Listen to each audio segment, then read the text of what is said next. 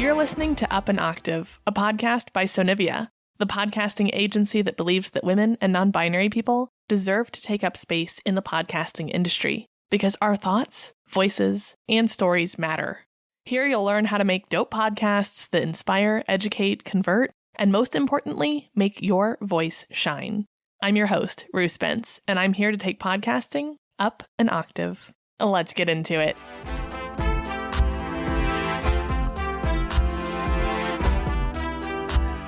Hello. Welcome back to Up an Octave. Today, we are talking about inclusivity in podcasting. This is something that's super important to me, both professionally and also just personally.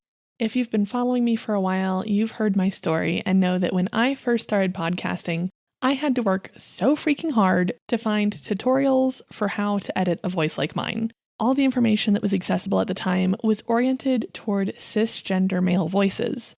Since then, podcasting has gotten more inclusive, but that experience has forever shaped how I see inclusivity in this industry and how much work I see that we still need to do for intersectional communities, like queer people, Black, Brown, Asian, and Indigenous people, people with disabilities, and so many other communities whose voices have historically been overlooked, undervalued, excluded, or silenced. Today, I want to talk about how we as creators can do better. We'll cover practical ways to make your show more inclusive, examples of what this can look like, and, because none of us are perfect, how to handle it and recover when you get it wrong.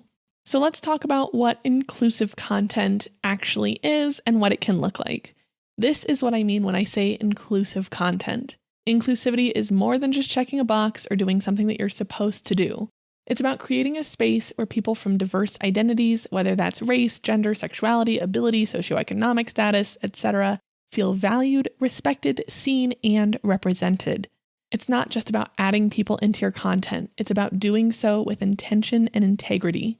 When your content is inclusive, it resonates more deeply and builds trust with your audience. I'm a big believer in lifting as you climb, and that when you have a platform, you also have a responsibility to use it to elevate others. Inclusive content isn't just something you do for the sake of it either.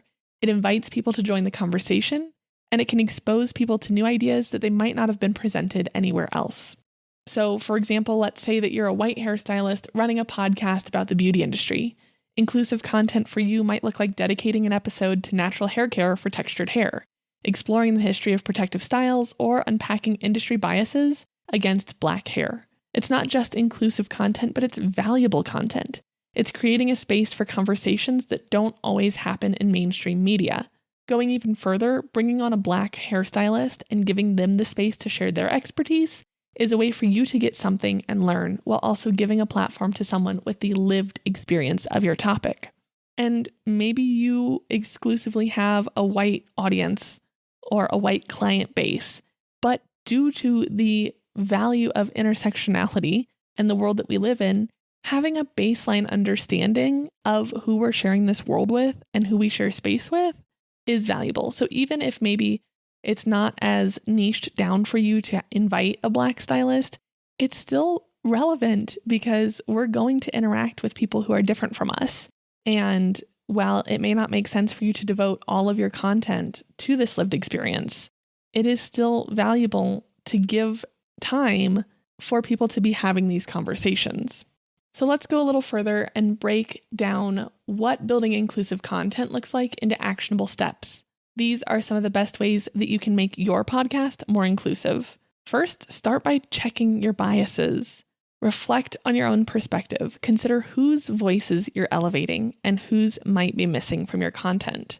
For instance, going back to this hairstylist podcast, if you have a show that focuses on bridal hair, ask yourself, am I including styles for natural hair? Am I considering cultural traditions like Indian wedding hairstyles? And then with that, you can intentionally amplify marginalized voices.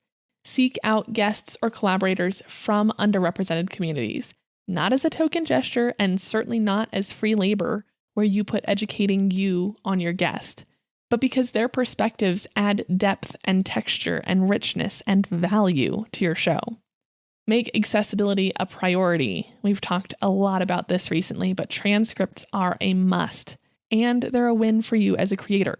They're not just an act of inclusivity for deaf or hard of hearing listeners. They're also a top tier tool for reaching more people and boosting your SEO.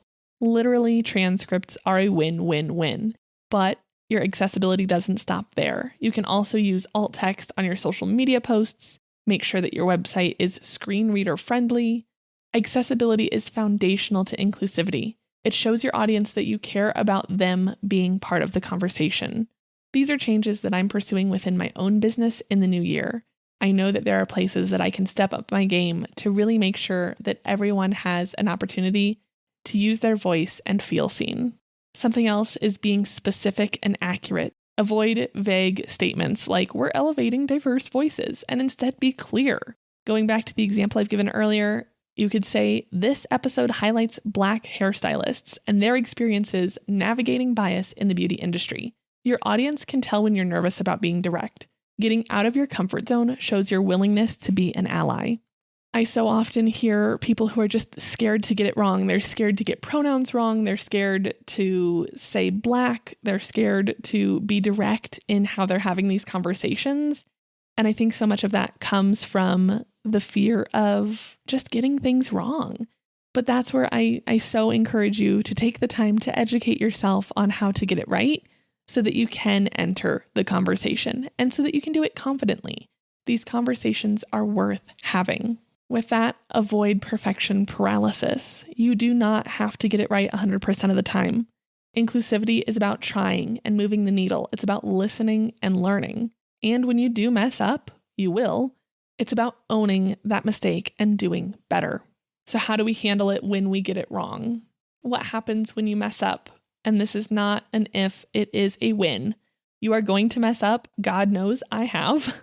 But what you do next is the difference between someone saying, wow, I'm glad that they experienced that so that I could learn from their mistake versus canceled.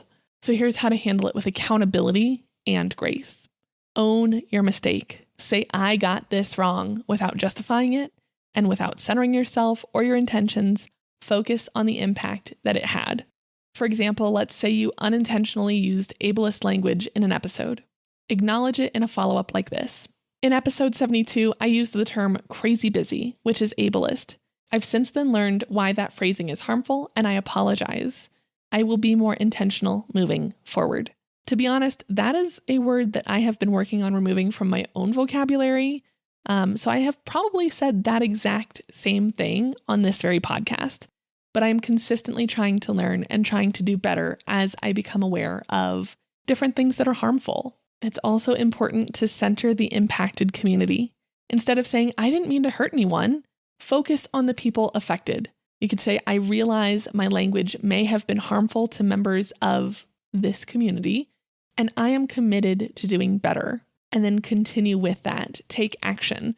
Correct the mistake where possible, if that means updating the episode, adding a show note in the description, but also outlining what steps you are taking to improve. Learn and do better. Mistakes are opportunities to grow. Show your audience that you are committed to inclusivity as an ongoing practice, not just a one-time effort.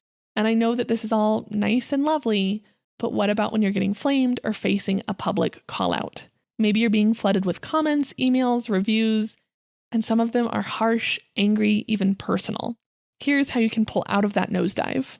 Pause before responding. It's easy to feel defensive, especially if people are coming at you aggressively. But defensiveness only escalates the situation. Take a minute to process before you respond. Sit with the discomfort and remember that the goal is not to defend yourself, it is to repair trust and move through your shortcomings to ensure it doesn't happen again. Then filter out the noise. Not every comment that you're going to get is going to be constructive, and you don't need to engage with everything. Distinguish between the people who are genuinely trying to inform you and let you know that you've caused pain, and the people who are simply trying to dogpile. And then respond thoughtfully. When you do respond, keep it brief and direct. Acknowledge the harm, share what you're doing to address it, and stop there. For example, I appreciate the feedback and acknowledge the harm caused by this thing I did. I've taken this step, and I am committed to improving moving forward. And then lean on your support system, the people who know your intent, the people who know that you're not the worst person in the world and that you never meant to hurt anybody. Get support privately. Facing backlash can feel isolating, but you do not have to handle it alone. You can talk to your trusted friends, colleagues, or even a therapist to process your emotions privately so that you don't spiral publicly. And remember that when you do get it wrong, it is not anyone else's responsibility. You are a grown-up, you get to learn and grow. And that step right there is going to help you avoid performative responses. If your first instinct is out of shame and you want to record this dramatic video about how hard it's been for you to handle your mistake, put down the ukulele and leave the womblands. Ask yourself, am I centering myself or the people that I harmed? This is not about your feelings. It is about accountability. I feel like as we're moving into the new and maybe series finale season of America, it's getting more important for us to show up for each other and to create space where there's not necessarily a lot of space being held. I have always been a believer of the if you can, you must.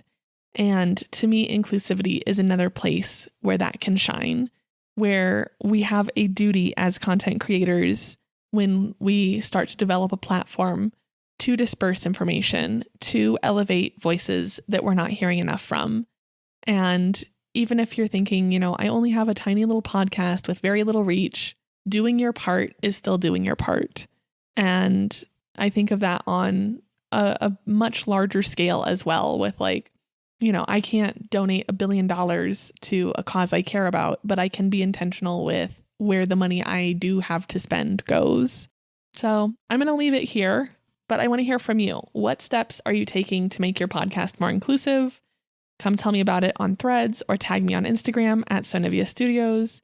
I would love to learn more from your ideas and experiences and continue this conversation over there. And if this episode resonated with you, please share it with another podcaster who's working on creating a more inclusive space. And one more thing before I let you go, my AI course, Podcasting on Autopilot, AI that Works for You, is launching in February. It is packed with tools to make your podcasting workflow more efficient and, yes, more inclusive. The waitlist is open now, so check the link in the show notes to sign up. And thank you so much for helping me take podcasting up an octave.